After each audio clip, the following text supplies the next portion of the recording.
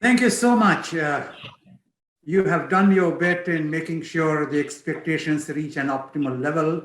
I'll have no difficulties in remitting the responsibilities to Dr. Ahmad Al-Banna to fulfilling them, because I'm merely here to see him at his best. Having said that, in my fairly extended career, and I still keep my age a closely guarded secret, save those when the protocol requires that I announce it. I'm quite sure Dr. Ahmad Al-Banna does not know that this is the second time ever I'm interviewing, being in a chat with a person anywhere. The last time being in Mexico over a decade ago when Jack Welch was involved. We shall save the details. So I'm honored, Dr. Ahmad Al-Banna. I'll bask in your glory. So let's get on with the task of the conversation. Thank you very much. Really, thank you very much. Until also my honor to be, in this interesting chat, hopefully. Well, you see, we have been deliberating upon agility and strategies, work culture since yesterday. And even at the expense of foregoing my evening protocol of exercise, I have been listening very carefully to find out those few windows on which I could interview you and take the burden of this curtain-raising activity further and not be repetitive. And believe me, I have had a daunting task. I will not sum up what Neha has done so well at the beginning of today's efforts, where she talked of agility as the cornerstone, healthy work, ethos, purposes, skill, etc. And she talked of a lot of things. I will not repeat that as the summation of yesterday's discussion. But I will try to focus on three areas, and I will let the conversation flow as it should, without prejudice to any destination we want to reach. My first observation is that we need to be very clear in terms of the balance between pull and push forces which set the parameters of agility. Basically, in the name of change, we cannot change everything. There is a need for stable practices and there is a change for dynamic practices. And if you will allow me to take the audience, which is at a peer level, into confidence, having watched you for at least over 2 decades in different continents at work, I have no hesitation to look at you and seek an answer to how we develop a balance between stable practices and dynamic practices so far as agility is concerned. I will table 2 other points and then go into a focused question, because half an hour is half an hour is half an hour. It cannot be 31 minutes, and there is only so much we could cover. My second submission is, obviously, we need new abilities. New abilities across business agility, scaled agility, basic agility. God knows how many frameworks of agility there can be. I will leave it to you to select which agility you choose to talk upon as distilling your experience. Then there is the agile impact engine, because yes, I am one of the guilty in having framed this topic for the 49th annual conference of IFTDO. And I know Mr. Mahapatra will have no hesitation of turning it to me to explain what was intended out of it. But if you look at the impact engine, I will enumerate just 4, and we don't need to cover all 4. Customer relationships, employee engagement, performance management, financial perspectives. So there is a huge canvas which takes me to 2 questions which have been asked to me since yesterday and today. One, what is the curtain raiser and what is the actual deliverable when it comes to the actual conference? So this can be only a trailer, and who else but you to guide us through the trailer viewing work. The second is, and I received this from one of India's best consultants today, He said, how are you going to have an online fire chat with no fire? So I turned it over to my family and colleagues and my staff. And Dr. Tanvi Gautam came back with an impeccable reply, and trust her too. She said, talk of fire in the belly. So I leave it to you to talk of the fire in the belly, having gone through the formalities of introducing you and the kind of awe in which I hold your own prowess. Otherwise, I wouldn't be stepping out of my comfort zone for the second time ever. Let me begin at the beginning, and that's always a good point to begin with. It's fashionable to talk of challenges. Let's get straight to the point. Are challenges and disruptions something which differ from government, one government to another, an organization to another, an individual to another? Because everyone talks of challenges. One's challenge is another person's confusion. I would like you to lead the way. Over to you, Dr. Albana. Well, first of all, let me express thanks and appreciation to you, Dr. Gautam. And also, before I answer this question, let me, as a chair of IFTDO and on behalf of my colleagues in the board, really to express thanks and appreciation to our distinguished speakers. Really, they have really touched on a very hot subjects since yesterday and today, the panelist discussion. And thanks for the panelists, thanks for the contribution, everybody, to the organizers, to our president of IFTDO, Mr. Ranjan, and his team, to the organizing committee. And I should not really forget the master of ceremony, Ms. Noha, she has done a really great job. Back to the point, Dr. Gautam, I do agree with you that whether we like it or not, we are surrounded with challenges. And these challenges can be individual challenges, can be organizational challenges. Organization, I mean private sector or public sector, can be country level challenges, and so on. Because we live in this, the global village, or we call it, and we face with challenges. Example of these challenges can be political challenges. We can see what's happening worldwide. Economical challenges, technological challenges, demographical challenges, technological, and so on, and even biomedical challenges.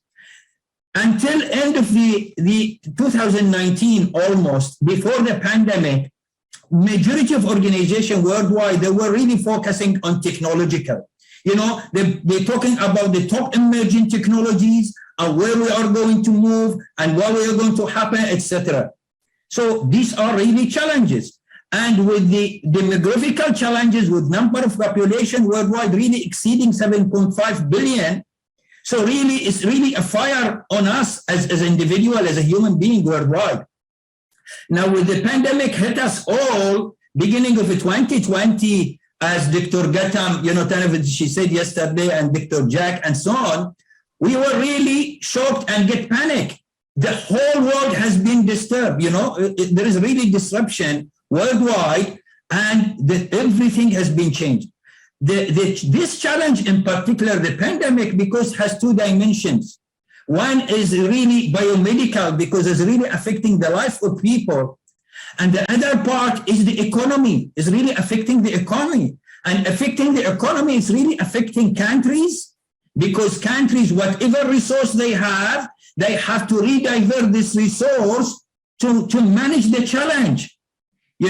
And as we always believe, I remember one of my very close friend, Guru, he said, don't mind the change your mind in order really to manage these challenges.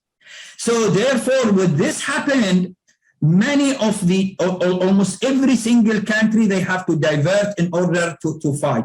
So when the pandemic hit us, really, it was really test for all of us, but in particular, it was a test to the governments, whether to succeed and to fall. And we have seen the first 6 months, many countries, even major countries, failed.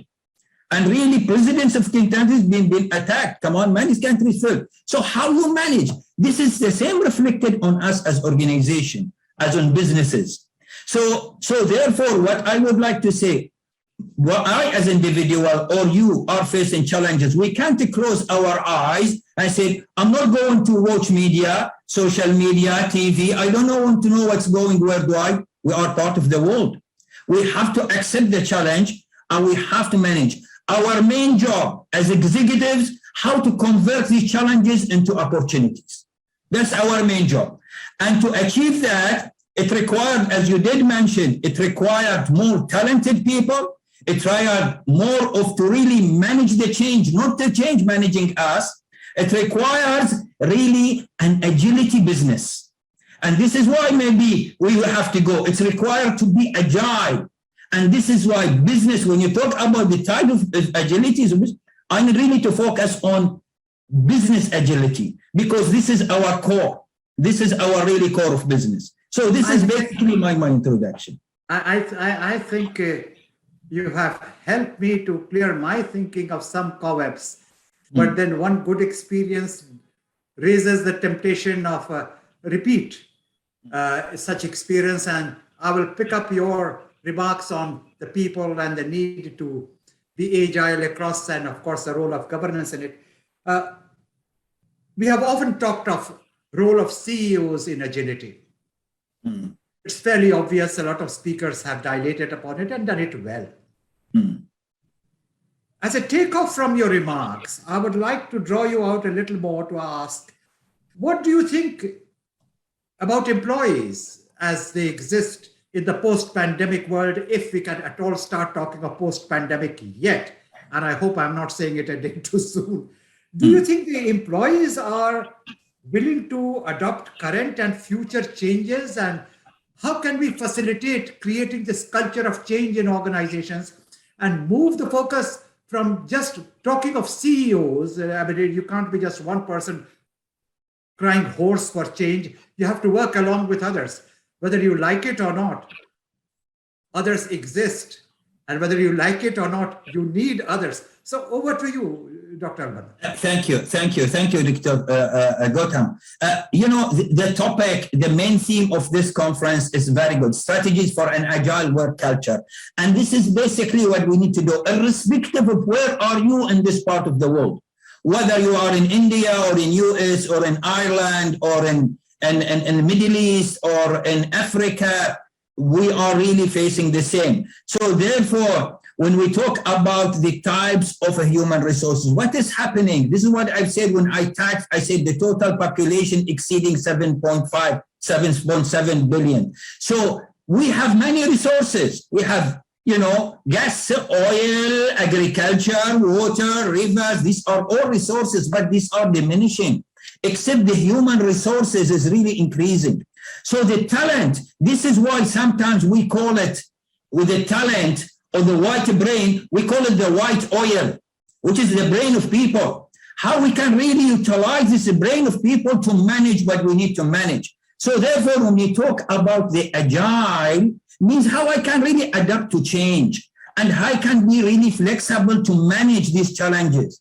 If I am private sector, my main focus, CEOs, normally they focus on the bottom line. I need to survive. I need to make good profit. I need to satisfy shareholders and so on. So to manage that and to do that, you need really good people. So this is why when we talk about business agility is about responding to the needs of the change environment and to change of the challenges. How to respond to these in order to meet the expectation of the internal and external customers. Whether you are in oil industry, whether you are in telecommunication, in airline, irrespective, how to respond to this change and be that much flexible in order to meet the expectation, and then you will be having bigger market share. So therefore, to achieve that, you touched on a very important point, which is the human capital. And this is why for agile, we have what we call it the agile components, and really focus on three. One of the very important agile components which you touched on is the change management and change leadership, because you need really, because CEOs is about really behaviors, We can see many stories when we talk about Jack Welch, for example, and what he has done. When we talk about late Steve Jobs and what he has done with Apple. And when we have to talk with, you name it, of the top, heroes what we have done. They really touched on the people. So therefore, one of the very important components, we said the change, management, change leadership. The other component of agile is the talent of a human resource that you got. Believe me, Dr. Gautam, today, when you see organization, they overcome other organization, it's not because they have fancy buildings or they have high-level technology or they have, now all banks have ATMs. All banks have technology fancy building, is how much talented people they have these organizations. And therefore they acquire them. Therefore the focus, sorry, yeah, go on. Yeah, and this is why, just focus on the third element of the agile components is your organization structure and the organization, how to flow. According to PMI, Project Management Institute, don't forget about the two main elements within the chain of command and the span of control in the organization. If you put these components together, then you will be able really to manage, the agility of business, and then you will be really in the front fight. Go ahead with your question. Sorry. Well, a lot of your remarks trigger thoughts which make me walk down much of my reading, much of my experience. And I remember in the 80s, the IFTDO Delhi chapter did the first ever convention on its foundation day for learning strategies. And the papers submitted to that conference were then published in Indian Journal of Training and Development. And we recognized that the future of growth was not going to be so much on training, but learning. And that approach since then has captured a lot of imaginations, a lot of books, and I might say a lot of careers have been made out of learning strategies. We will not get into that yet, but I have something on which I'd like to seek your reactions. Namely, if this is the way the future is going to go, and if the focus is on learning, what do you think would be the strategy to suit most organizations in creating a learning culture where training would be a facilitation, but the business of training would not be the business of learning and enhancing human ability, which you rightly pointed out, is the only resource which keeps expanding, will be the hub and the core of growth? Very good. This is really very good question. And this reminds me of the many of the management gurus when they talk about the most important asset. This is why we talk about any organization is the human being. And this is why we who are really as such as all the distinguished, attendees, participants, speakers, strongly believe that the training is a long-term investment. A training is a continuous process. A training is not like a Panadol that I will take, my headache is gone and finished. It's a process, a continuous. This is why when you go to a doctor will diagnose you, a medical doctor will diagnose you, and he will say, Dr. Gautam, all right, I have, because yes, you have but I'll diagnose you. Based on that, I will give you a course. That course will go for 30 days. You take one tablet at morning, one tablet at night.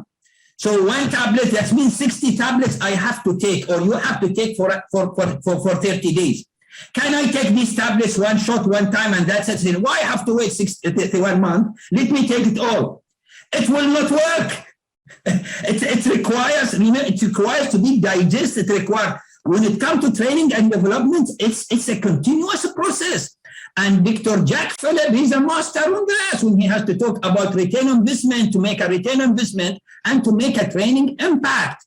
I remember a study I have very much liked in 2016, 2017, KPMG globally, they conducted a survey.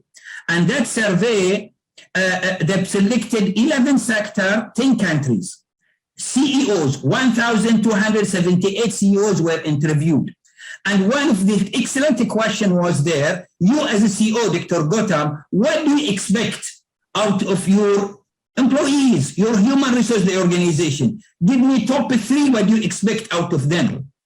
And number 1, what they said, we need from them creativity. I need creativity. They have to be creative and innovative. I don't want them to be administrators, not anymore. Now with AI coming, with digitalization, those administrators not needed. I need people with analytical minded. I need people with the creative. I need them to add value.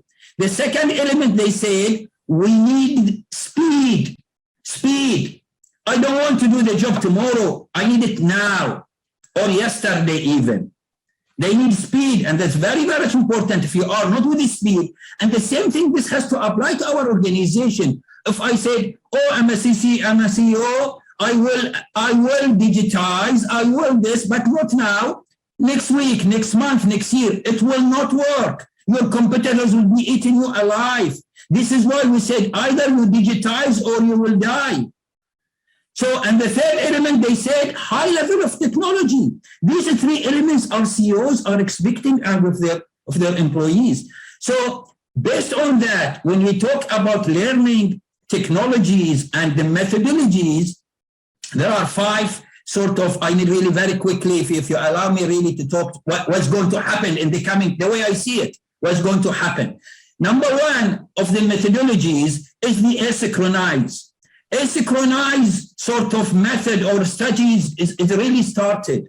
And that's basically where it says the individual have to have in their own base time, have ready-made contents, and they have to do the course in their own time, like YouTube. Like if I need to do a course in cooking, or I need to do a course on photography, I don't have maybe to attend in a classroom, or maybe online. I have to, okay, as a pre-recorded content, etc. I need to take that course in a specific time, specific hours, and so on. This is the asynchronized method. The synchronized method is like what we are doing now, online, but I'm not in control. The control is the organizer. They'll specify the time online. You are in India, Dr. Jack in US, Dr. Farab in US, Mr. Chris in Ireland, somebody in Nigeria, and so on. This is synchronized. And then the third method, which is the hybrid.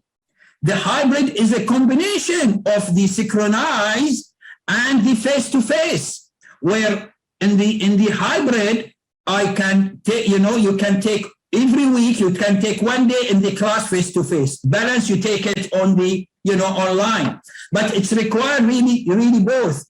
And the fourth one is the high flex. The high flex, because this is entirely up to the individual to choose the method, choose what's suiting him, etc. So this sort of flexibility is there. And the final one is the face-to-face, which what we call the traditional. Of course, the impact and the return on investment, which is, Dr. Jack, again, I'm saying he's the expert in that, and others, and Dr. Patty, it depends from one organization to another. Depends on the organization. I'll say, for example, when we come, like we have seen now, I've seen, in fact, my young children, I've seen them in the education online. The impact is not very strong, to be honest, because we can say it's even losing control when it comes to education. Maybe online it will be very much fantastic, good for board meetings. For meetings, this is fantastic. We save time, transportation, pollution, etc. Maybe it works in certain areas. But when it comes to training and development, maybe we need different methods. So therefore, the recommendation is the hybrid. Either way I see it, that's what's going to happen, I think, in the future, with maintaining certain elements on that. I think you covered a lot of ground there, Dr. Albana. I was taking my notes, and I reserve the right to quote you in my remarks once I run out of ideas. But having stated that, yes, you made some very important distinctions, and I'd like to capture three of them. One is the difference between learning and training. That comes out very powerfully. And that is something which I was reading on the chat sessions. Somebody very knowledgeable said is totally confusing. I hope as an intervention of this curtain raiser and ultimately the conference, there will be a little more clarity on it than has been. I would like to flag for attention of anyone who has bothered to go through the crests and troughs of your remarks with attention. your emphasis on learning being an organic process. It cannot be stimulated, what cannot be internalized. And you gave the medical example very powerfully at that. And I think putting it in a time frame is important. And ultimately, your remarks on the method and your views on hybrid being the future, because this must be the umpteenth online activity that I have been with since April 2020. And in the initial stages, there was the thrill of the novelty of not knowing an audience, being denied the pleasure of eye contact, yet appearing to be profound and ducking the question by saying you couldn't get that question, those typical techniques which can be used. But I don't want to get into that. I'm keeping a close look at the watch, and it says we have 4 minutes and 50 seconds to go. And I basically want to have 2 reactions before we close. Okay. One is, there is this expectation people have of IFTDO and you as the chairman. And I would be loath to pass up this opportunity without drawing you out to tell us what IFTDO strategy is for the coming period to overcome any of the crisis or changes which we talked about. And once you are through with that, I would like to come in with a closure and make sure the takeaways are very clear. But then, as the face of IFTDO, how do you see it going forward? Well, thank you, Dr. Gautam. In fact, as IFTDO with the colleagues, because we are a team. It's not myself or the president or others. We are a team of IFTDO, the board. And I'm really pleased that you will be in the board effective January. Now, IFTDO, since the establishment in Geneva in 1972, has done a lot. And we thank all those in the past board who have really done great. Now, it's a really huge challenge on us to continue and moving forward. Particularly, we are celebrating the Golden Jubilee, with the 50th the conference in there. The coming period, we intend to do a lot. Like starting number 1, we have in fact implemented our new strategy in 1st April 2021. First thing we are going to do beginning of the next year, 2022, we are going to revisit our strategy to make sure that the strategy is really there.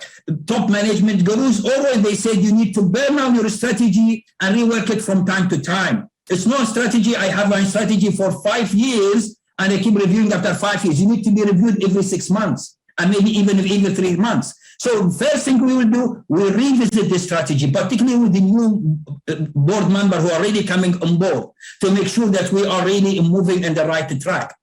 Number 2 is we said we need really to add value. It's not IFTDO with the history of the members and so on. We need really to add value. And that value is we're really thinking of working on the accreditation of many programs, particularly taking into consideration the new training method, the new learning method, etc. It's not a matter of talking about training and developments. It's a matter of how to make that training and development very much impactful. Believe me, many countries, and they really invested billion and billion of dollars in training and development, but they see the impact is not that very huge. Why? What is happening? Is it something wrong with the trainers? Is it something wrong with the individuals? Is it something wrong with the methods? Is it something wrong with the duration? What's happening? We as IFTDO, we will look into these issues and how we can really add value, how we can really help organization. The topic has been discussed, strategies, all about strategies. In the board, we discussed many strategies. So therefore, what I need to conclude in there, people sometimes they say, for example, yesterday or the day before yesterday, I was chatting with one of the CEOs. He said, wow, I don't believe much in conferences, but I do believe in workshops. I've told him, my dear, conferences has its theme, has its mandatory, can serve certain things. Seminars, it has its purposes. Forums has its purposes. Workshop has its purposes. And then I give him an example. I said, for example, in conferences, when I need to talk about, for example, we talk about tea, because tea, it's a taste of everybody, tea. In the conferences, you discuss tea. character, English tea, whatever you talk about what we are like, what we are doing. You need a workshop in character, for example, then I can take you 5 days. We bring the water there, we bring the tea, we bring the milk, we bring the sugar, everything, we bring and so on, and you need to add in that workshop. So every single thing, it serves certain purpose. To conclude, Dr. Gautam, what I would like to say, IFTDO, I promise you and promise all, IFTDO will continue our mission because we have a mission in life. It's a charity organization, so we are not paid a salary to do our work, but it's love. We need to serve humanity worldwide. And the most important to serve humanity is really to develop people, particularly youth. Therefore, we have one committee in IFTDO called Youth and Entrepreneurship, because we need to create jobs. And what to create jobs is strong economy. What to create people is strong training and development. As you talked, Dr. Al-Banna, a line from Shakespeare's Merchant of Venice came to my mind. A Daniel come to judgment. More power to your arms. I will be accused of not summing up a very erudite and a futuristic vision which you have shared, but my time constraint allows me to capture 3 key issues. Your ability to elaborate, to move from a state to a state, as you have just elaborated for IFTDO, is something which I reserve the right to imitate. When somebody finds it worthwhile to interview me, and then I will quote you and say, from state to state is a good journey to cover. It's a pleasure. And I would also like to submit 2 additional views, because your way of looking at level of human technology integration is very important, as is your emphasis on impact. And since I returned to the board after 30 years of gap, and you know all that, there must have been a very huge pull factor to try to get into the football field again and make sure that the goals are scored in the right direction. I would like to conclude merely by one reference, which I think Mr. Mahapatra will forgive me for remitting to him. Why must conferences be held? And I remember asking this question once decades ago to one of my mentors, Mr. Prakash Tandon, and I don't quote people without acknowledging where I take it from. Prakash told me, because they keep the issue alive. True. Fantastic. So conferences are very important. We all look forward working under Mr. Mahapatra's leadership and the leadership of Dr. Nataraj Ray, and of course under your benign patronage and the help of people like Chris, help of a lot of people, Patty, and I could name from all regions, where you have put together a team. And when we meet in April, I hope we will remember this pathway, this guidelines, this direction which you have shown in this conversation, and you will look upon our efforts with some satisfaction and we with some joy. Bye for now. Thank you, organizers, for giving me this opportunity. It has been a pleasure, Dr. Al-Banna, talking to you. Very much. Thank you very much. It's really a pleasure of having this to chat. Thank you.